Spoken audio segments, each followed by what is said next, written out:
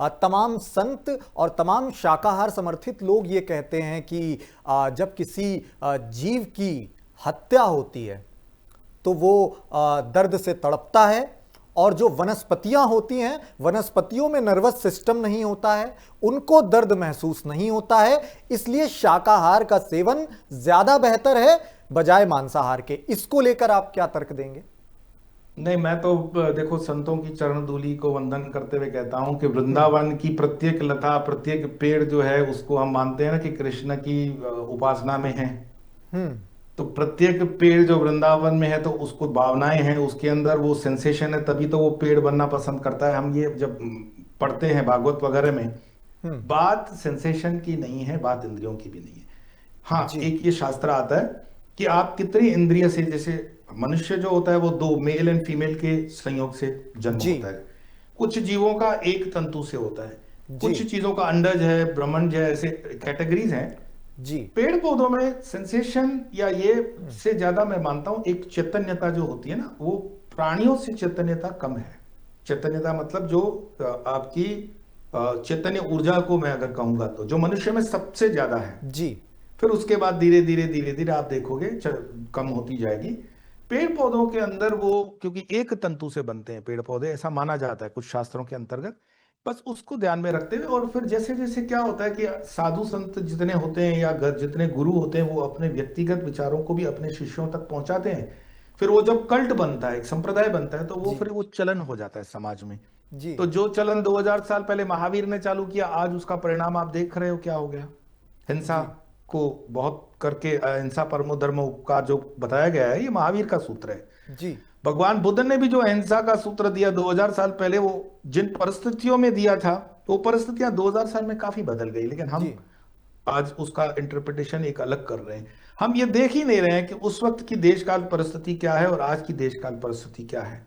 तो थोड़ा सा प्रैक्टिकल, थोड़ा सा लॉजिकल, थोड़ा सा मुझे लगता है कि प्रेजेंस ऑफ माइंड के साथ चलेंगे तो सब कुछ सरल है, सब कुछ जी। सरल है। और चूंकि ये विषय इतना ज़्यादा गहरा है और आप इतनी खूबसूरती से इसका तर्क संगत जवाब दे रहे हैं, तो कुछ और महत्वपूर्ण पहलू इससे जुड़े हैं। एक तर्क ये भी दिया जाता है कि प्रकृति ने जिसको शाकाहारी बनाया है वो सुड़क कर पानी पीते हैं, और जो प्रकृति के लिहाज से मांसाहारी हैं वो चाट कर पानी पीते हैं। अच्छा, नहीं, अपनी बात को देखो, जो तर्क के होते हैं ना लोग, जी।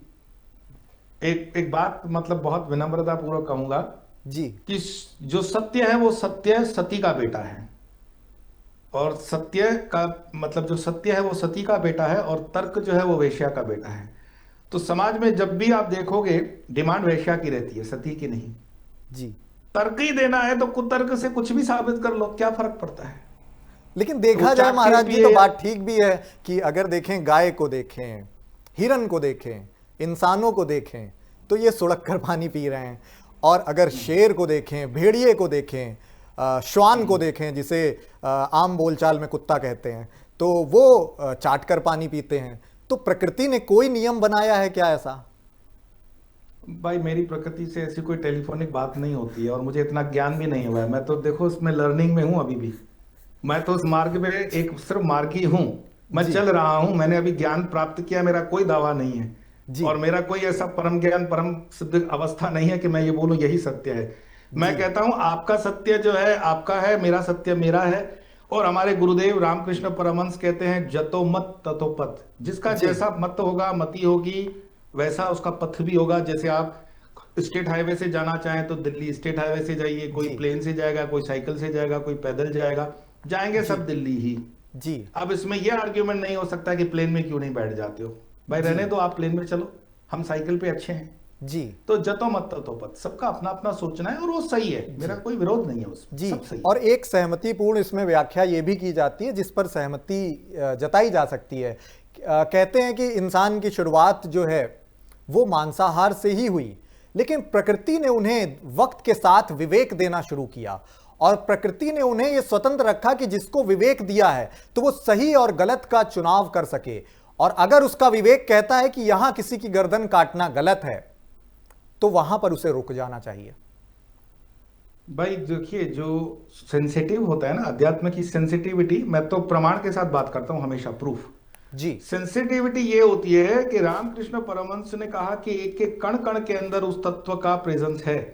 तो वो बहुत, शिष्य पूछता है रामकृष्ण से कि इस गांस में भी है, बोले हाँ है। जी। तो जब वो गांस पे चलना उसका शिष्य शुरू करता है तो उसकी छाप रामकृष्ण परमहंस की छाती पे पड़ गई, क्योंकि वो कनेक्ट हो गए उस सेंसिटिविटी के साथ। जी।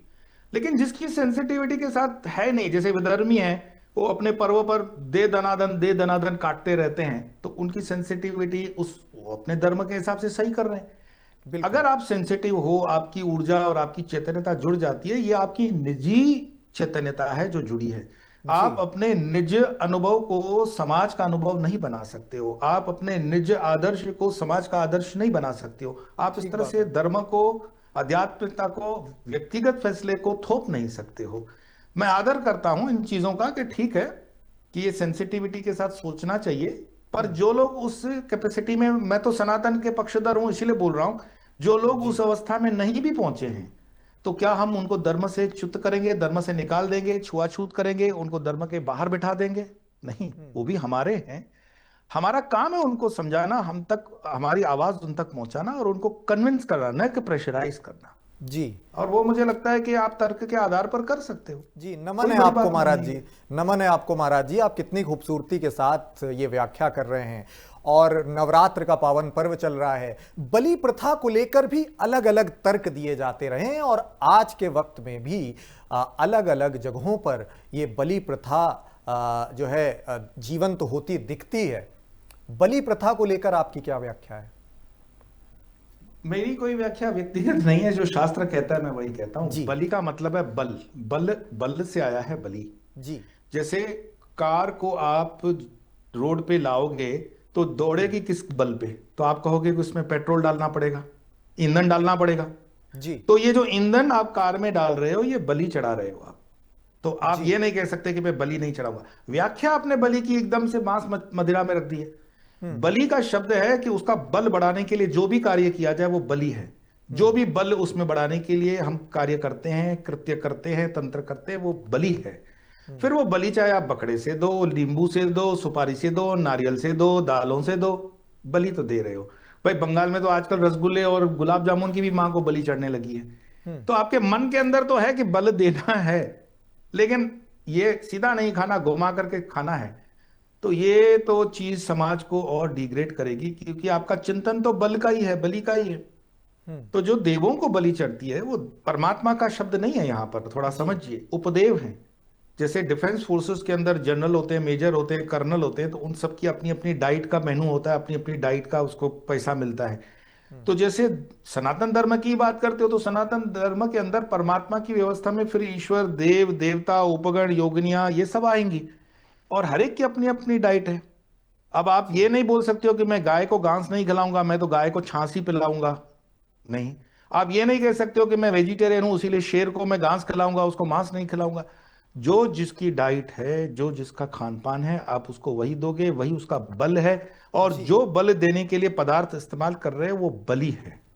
जी। हम अपने पितरों को अनाज के पिंड बना करके बलि नहीं चढ़ाते हैं, बल है वो। ठीक बात है।